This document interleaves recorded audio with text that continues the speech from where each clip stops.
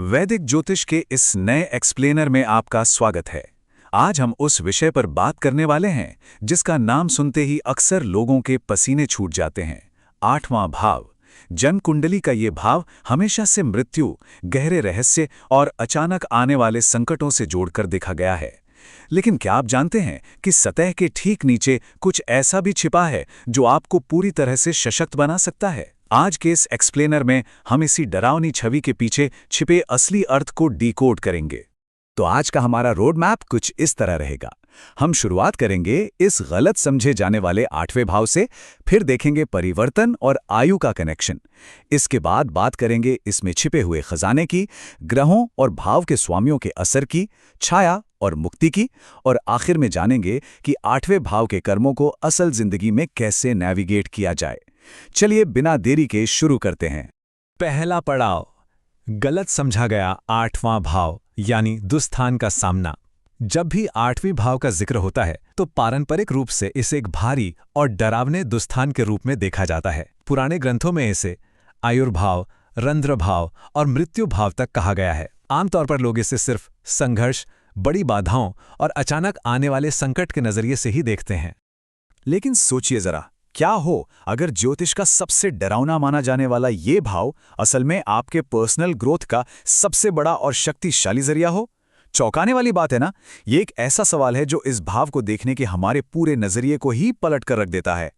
सतह पर देखने से तो ये वाकई बहुत डरावना लगता है, जैसे मृत्यु, अचानक नुकसान या गहरे संकट।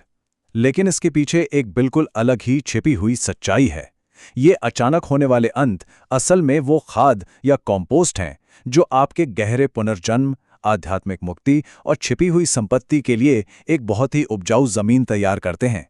अब आते हैं हमारे दूसरे सेक्शन पर, द ट्रांसफॉर्मेशन लॉन्जेविटी एक्सिस। चलिए समझते हैं कि जीवन की अवधि और बड़े बदलावों का आपस में क्या कनेक्शन है। यहाँ सबसे अहम और दिलचस्प बात यह है कि 8वां भाव एक ही समय में आपकी आयुष्य यानी जीवन की लंबाई और परिवर्तन यानी आपकी पहचान को पूरी तरह से बदल देने वाली घटनाओं दोनों को कंट्रोल करता है। ये दोनों चीजें आपस में गहराई से जुड़ी हैं।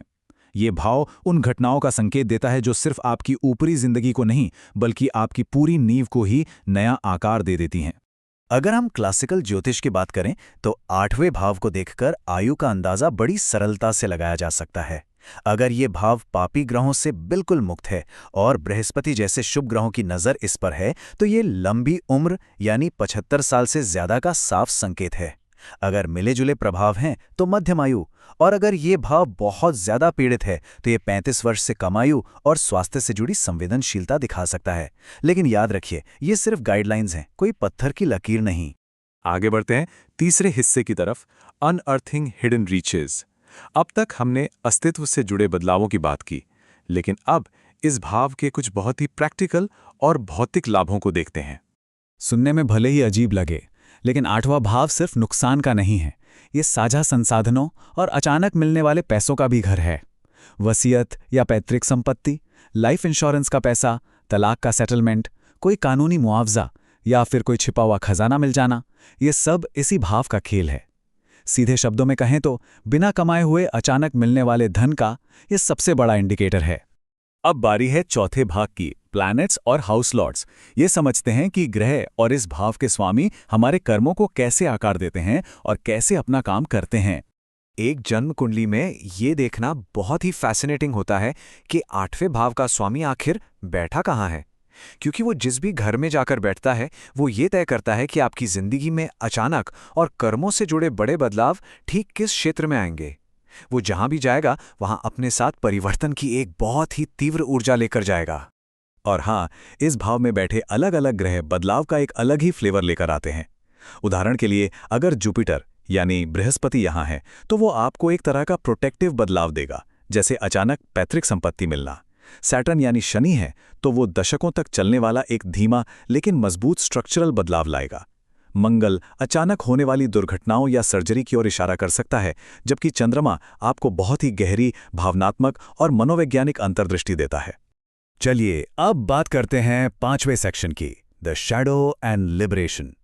ग्रहों के मैकेनिक्स के बाद अब देखते हैं इसका वो मनोवैज्ञानिक और आध्यात्मिक पहलू जो इसे मुक्ति का भाव बनाता है।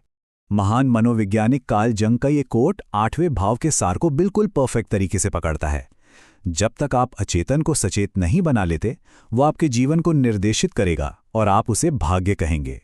ये भाव असल में आपको मजबूर करता है कि आप अपने अंदर छिपे गहरे डरों का सामना करें और उन्हें रोशनी में लेकर आएं।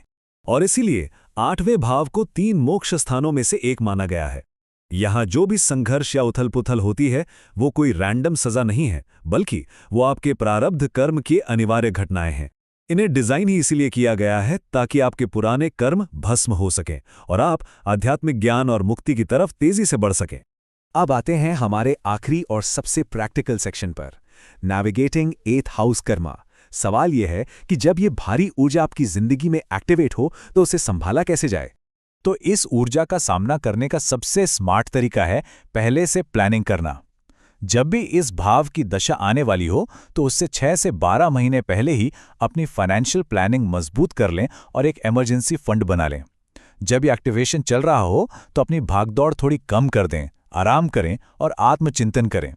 और जब ये फेज बीत जाए तो अगले 6 से 12 महीनों में उन सारे लेसन्स को अपनाकर एक नई पहचान के साथ अपना रूटीन सेट करें। और सिर्फ इंतजार करने की जरूरत नहीं है, आप कुछ बहुत ही सॉलिड रेमेडीज भी कर सकते हैं। क्योंकि 8वां भाव भगवान शिव का क्षेत्र माना जाता है, इसलिए नियमित शिव पूजा और महामृत्युंजय मंत्र का जाप इसके भारी असर को काफी कम कर देता है।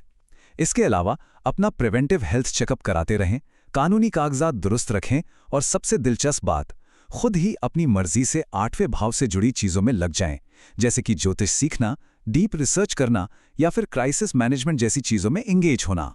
तो अंत में हमें अपना नजरिया पूरी तरह से बदलने की जरूरत है।